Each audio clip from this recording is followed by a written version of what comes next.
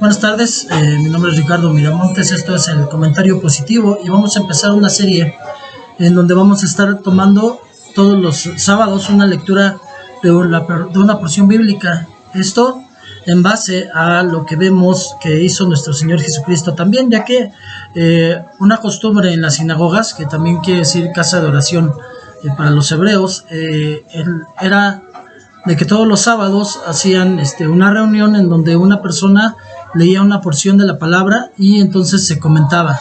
Algo bien importante es que esto no lo podía hacer alguien que no fuera parte de la comunidad, en el aspecto de que aun cuando fuera demostrado que era hebreo, si él no tenía ya un tiempo en la comunidad y ya no había sido integrado a la comunidad de una manera formal.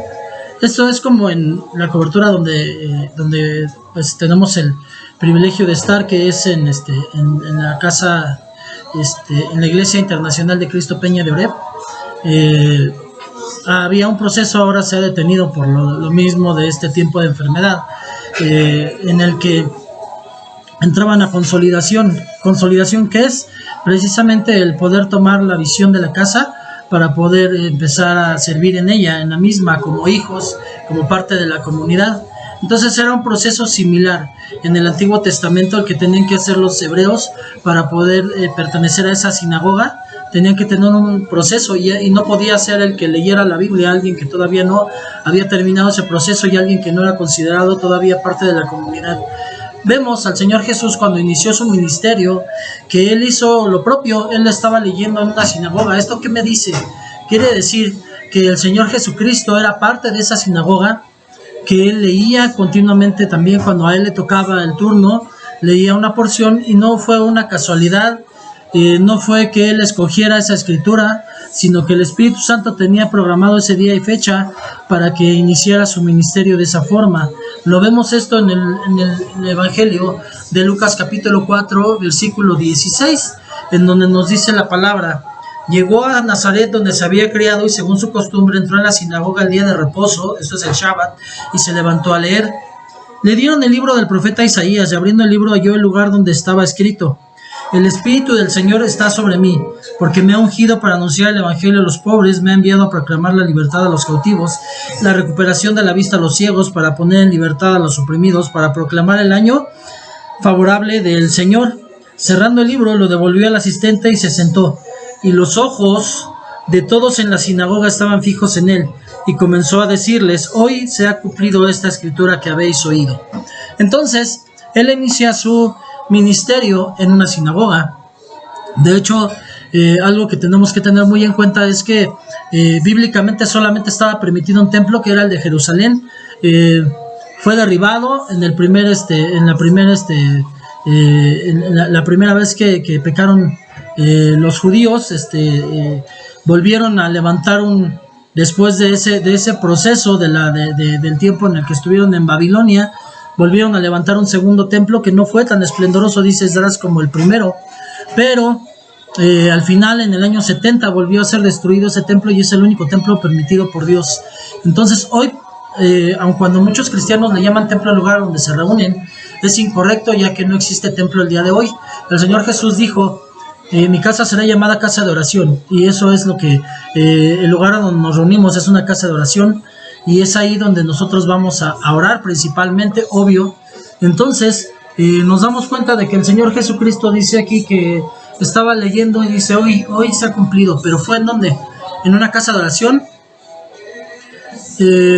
Fue siendo él parte de una casa de oración y leyendo una porción de la escritura que era la que tocaba, pero era la que hablaba de su ministerio de él. Él habló abiertamente de su ministerio y del por qué él estaba en la tierra.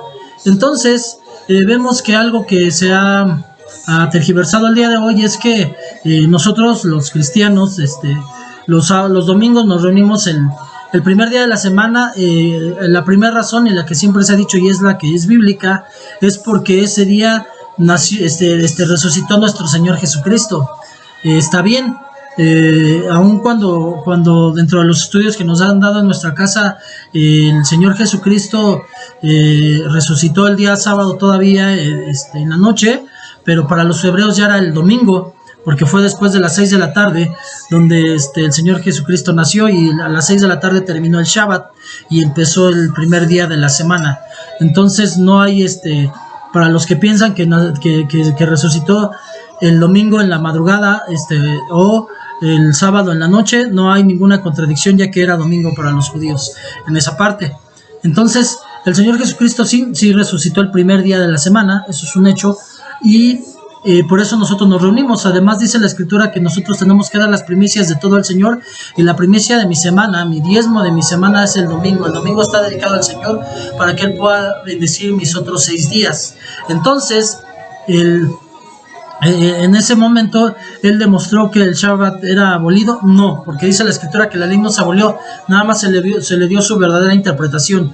Entonces el Shabbat, dice la Escritura, que es eterno, entonces no se ha acabado.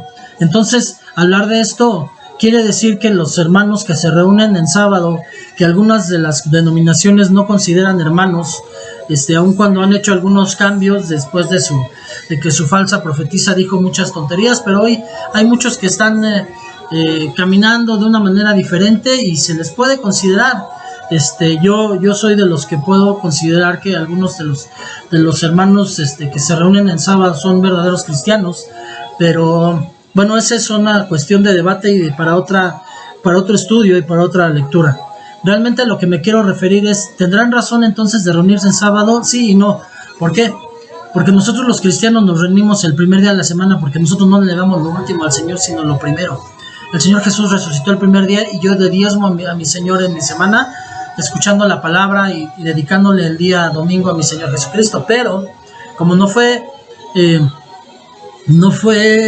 abolido el Shabbat, y viendo que mi Señor Jesucristo puso el ejemplo leyendo en Shabbat la Biblia, y viendo que muchos cristianos no abren su Biblia en toda la semana y solamente la abren cuando van el domingo a la iglesia, y eso hoy ya ni la abren porque con los medios electrónicos se les pone la Escritura a buscar en las pantallas, y entonces ya no se dan el tiempo de poder escudriñarla y no la leen. Entonces, siguiendo el ejemplo de mi Señor Jesucristo, que fue en Shabbat donde empezó a leyó una porción de escritura y inició su ministerio. Canal, el Comentario Positivo, se propone hacer una lectura completa de la Biblia, y si Dios nos da licencia, no solamente una versión. Hoy estamos leyendo, vamos a empezar con la Biblia, la versión LBA, que es la Biblia de las Américas. Pero primeramente Dios, y yo creo que Dios nos va a respaldar para que sigamos en esto, vamos a leer otras versiones bíblicas, y después pues obviamente también comparar en otro tiempo, pero ahorita es un tiempo de lectura. Entonces, siguiendo el ejemplo de nuestro Señor Jesucristo, que inició su ministerio leyendo en sábado, hoy vamos a empezar. Son los 4 evangelios con lo que se empieza la lectura de la Biblia, y es bien importante poder empezar con Juan, porque cada uno de ellos da una visión diferente, estamos de acuerdo, y Juan es el que habla. Ya hablaremos cuando lleguemos a cada uno de los 4 rostros de Jesús, y es el rostro de Jesús Dios. Entonces, por eso vamos a empezar desde aquí. Para mí es el centro de la Biblia, el entender que Jesús es Dios, y de ahí se desprende todo, y después ya podremos ver al Rey, al siervo sufriente, al Hijo del Hombre, que son los otros 3 rostros del Señor Jesucristo en los otros 3 evangelios. Pero el más importante, en orden, para mí, es el de Juan, que me presenta a Jesús Dios. Partiendo de Jesús Dios, yo ya puedo leer la Biblia con una visión diferente. Ya cuando llegue el Antiguo Testamento la voy a ver a la luz de mi Señor Jesucristo, el Antiguo Testamento, y entonces voy a entender que no fue abolido, sino que se le está dando su debido cumplimiento en este tiempo.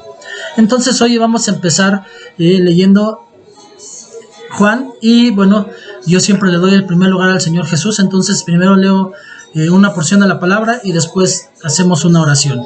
Y dice el Evangelio según San Juan, el Verbo hecho carne. Entonces, esto es en Juan capítulo 1.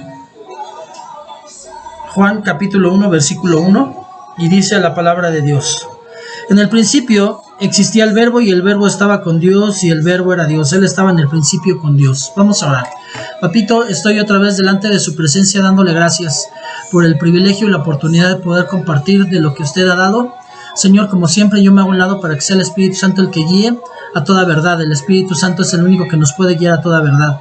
Que sea yo solamente el medio y que sea el Espíritu el que hable, para que digamos no lo que nosotros creemos y lo que entendemos o lo que nos han enseñado, sino lo que el Espíritu Santo hoy quiere hablarnos.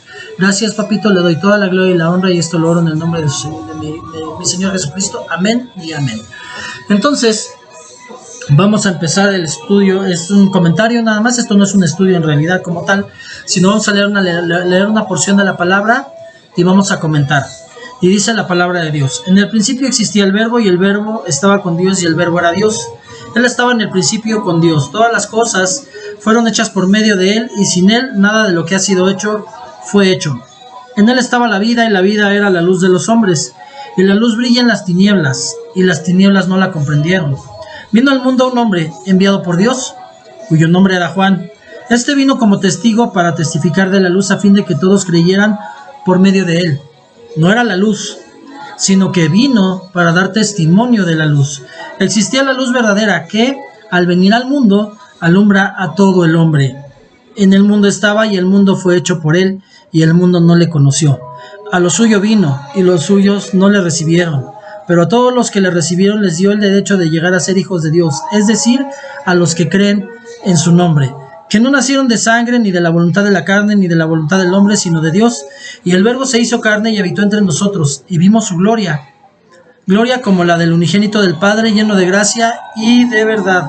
Juan dio testimonio de él y clamó diciendo: este era el que yo decía, el que viene después de mí es antes de mí, porque era primero que yo.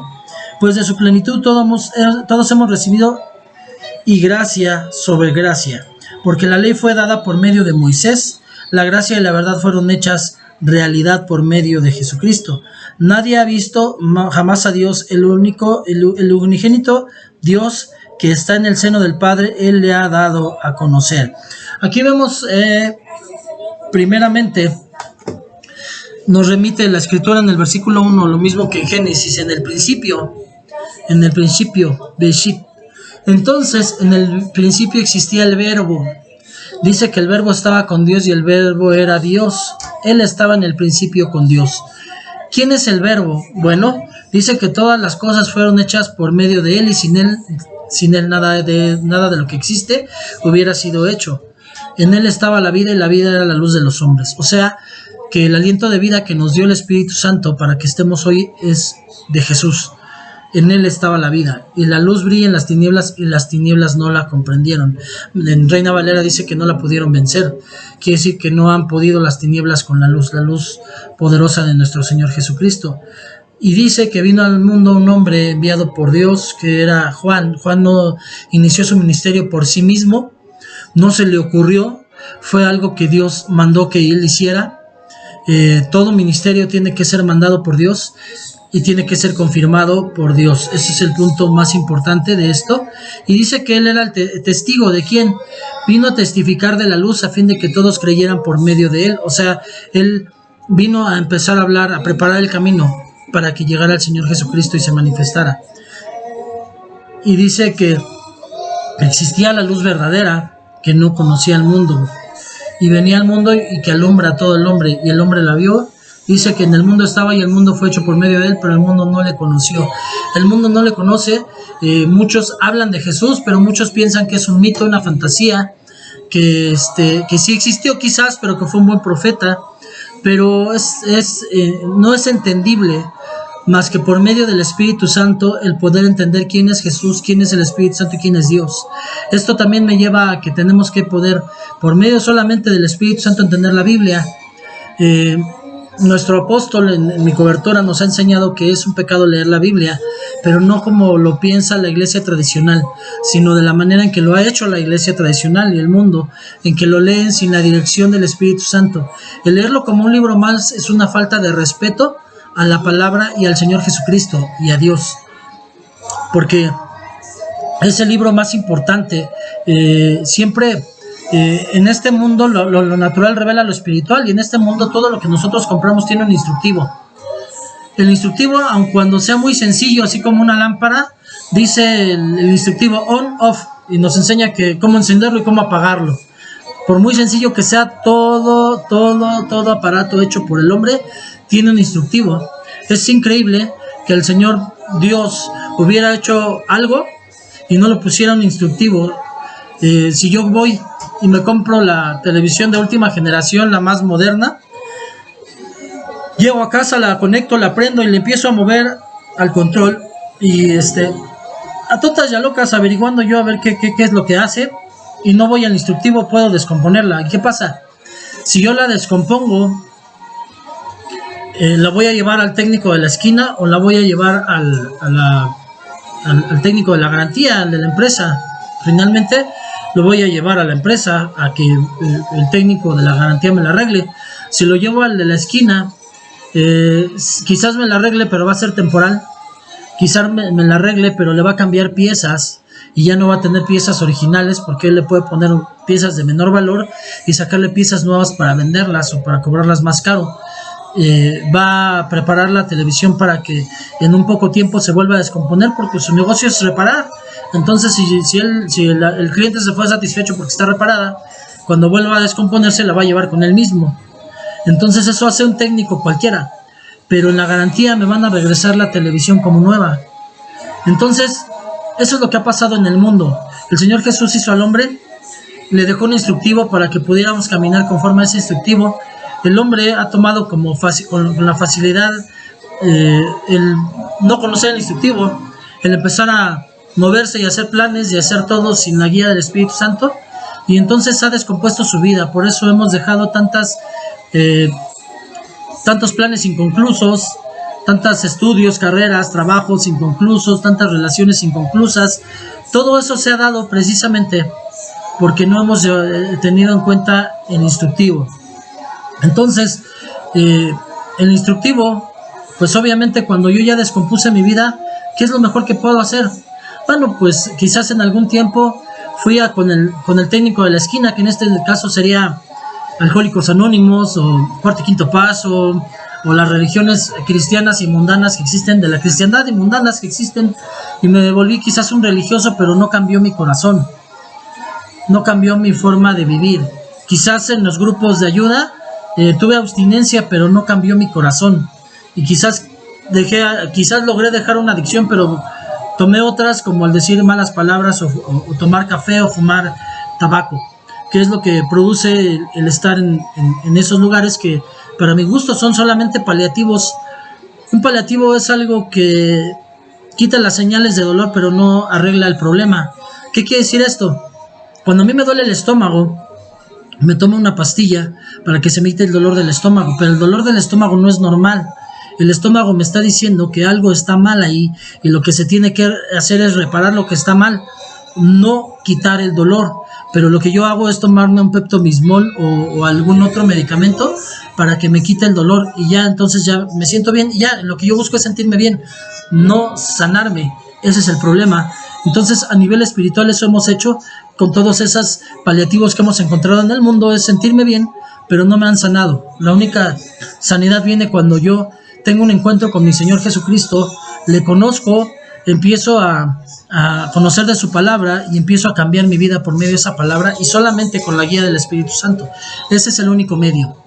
Entonces vemos que el mundo no le conoció precisamente por eso, porque se ha olvidado de que al Señor Jesús no lo puedo ver físicamente porque hoy está en el cielo, o espiritualmente está en mi corazón, pero realmente no lo puedo ver físicamente. Y entonces la gente dice, bueno, pues ¿dónde está ese Jesús del que hablan? No lo pueden conocer porque no lo quieren ver, porque nos dejó la Biblia para que lo veamos por medio de la Biblia. Entonces dice que, pero a todos los que le recibieron, esto es, si nos vamos a Romanos 10:9, dice la Escritura que si confesares con tu boca y creyeres con tu corazón serás salvo. Entonces quiere decir que los que le recibieron, los que hicieron su oración de fe, que declararon que Jesús es su único Señor y Salvador, y suficiente Salvador, les dio el derecho de llegar a ser hijos de Dios. Entonces, por haber hecho esa oración de fe, paso a ser hijo de Dios, es decir, a los que creen en su nombre, que creemos en el Señor Jesús, que no nacimos de sangre ni de carne, sino de Dios. Y el verbo dice, el verbo, ahora ya aquí vemos en el versículo 14, ya nos está empezando a explicar quién es. El verbo se hizo carne, o sea, habitó entre nosotros. Vimos la gloria de él como la gloria del Padre, llena de gracia y de verdad. Dice la Escritura en la oración, en el libro de Mateo dice que estaba lleno de gracia y de hermosura el Señor Jesucristo. Y aquí dice que él estaba lleno de gracia y de verdad. Juan dio testimonio de él y clamó diciendo, este es él del que yo decía, el que viene después de mí es antes de mí, porque era primero que yo. Y luego entonces nos brincamos hasta, dice, porque la ley fue dada por medio de Moisés, la gracia y la verdad fueron hechas por medio de Jesucristo. Ahora, Moisés, ¿cuándo nació? Bueno, unos años antes de que escribiera la ley. Conocemos su proceso, el tiempo en que fue educado en Egipto, cuando se separó de Egipto, cuando vivió en el desierto, cuando regresó a sacar al éxodo a los judíos y cuando los llevó a la tierra prometida, aunque él no entró. Pero en ese proceso del éxodo fue cuando él escribió el Pentateuco. Y entonces vemos que la palabra, la ley fue hecha en el tiempo de Moisés, y Moisés es un hombre que nació en algún momento determinado del tiempo. Jesús ni es hombre ni nació en un determinado momento del tiempo, y él está fuera del tiempo, él está en la eternidad, no existe el tiempo. Entonces, ¿la gracia cuándo empezó? La gracia empezó desde la eternidad y para la eternidad.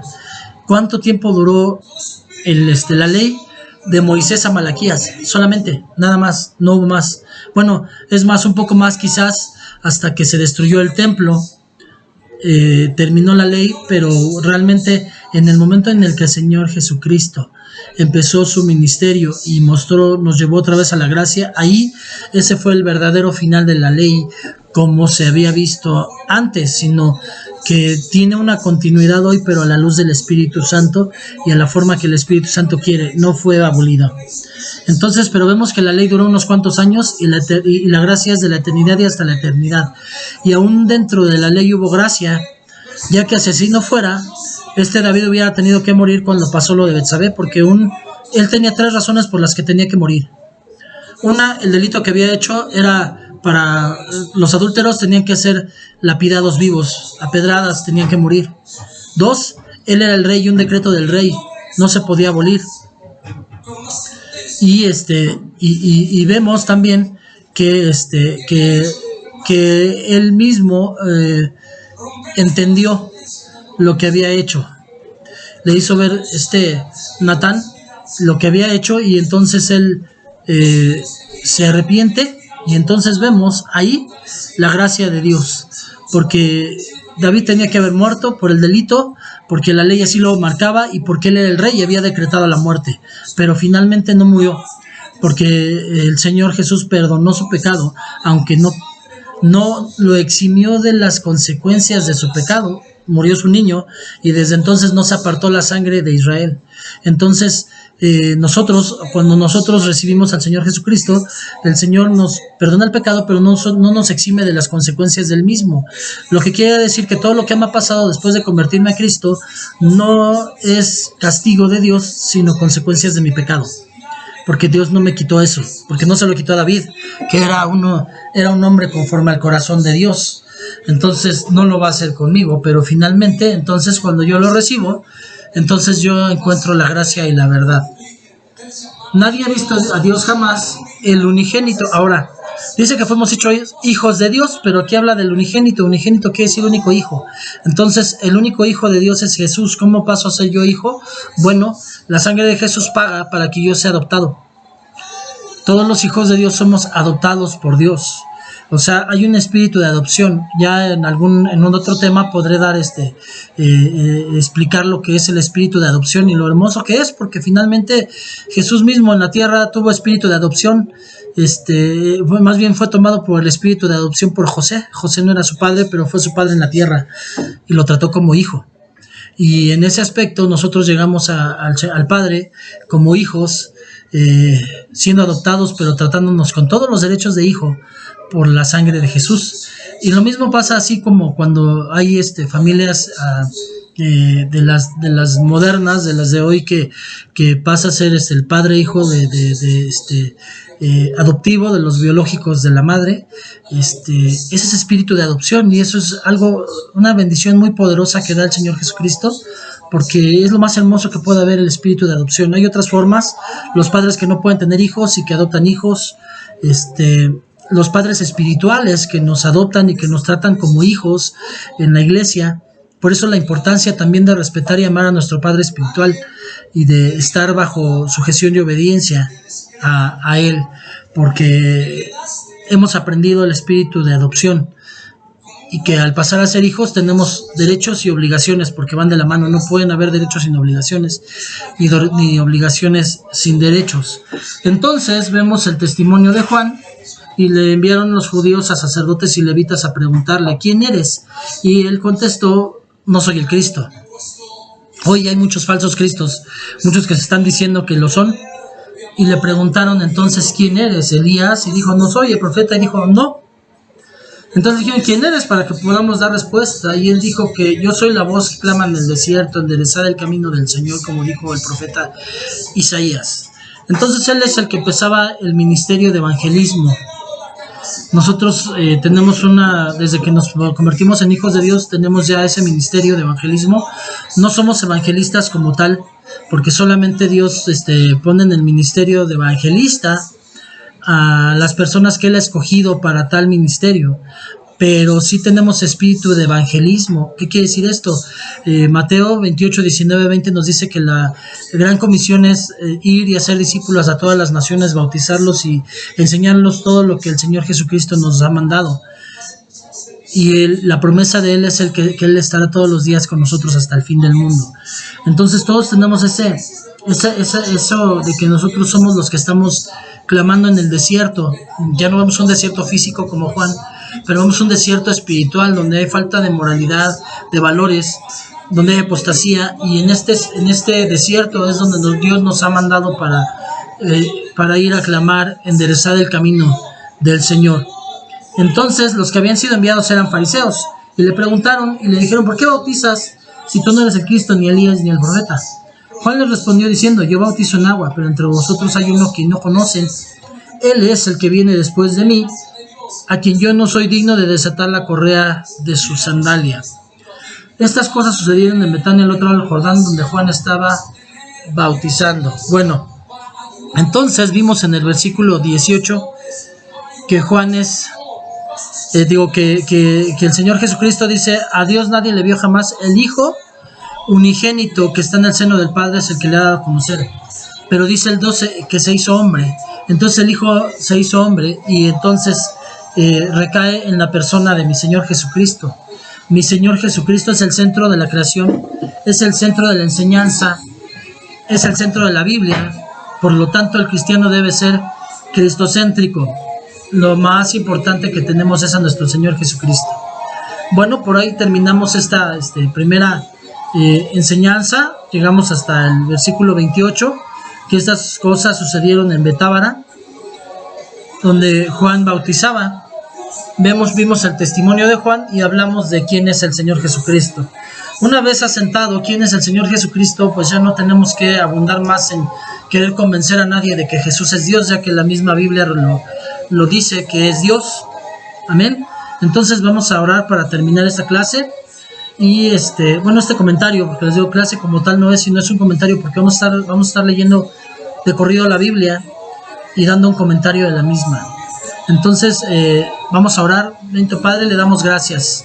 Gracias porque usted es el Dios Todopoderoso, mi Señor Jesucristo, porque usted fue el que nos salvó, nos justificó, nos redimió, nos está transformando por medio del Espíritu Santo, y somos hijos del Padre con todos los derechos de hijo, gracias a la sangre preciosa de usted, mi Señor Jesucristo.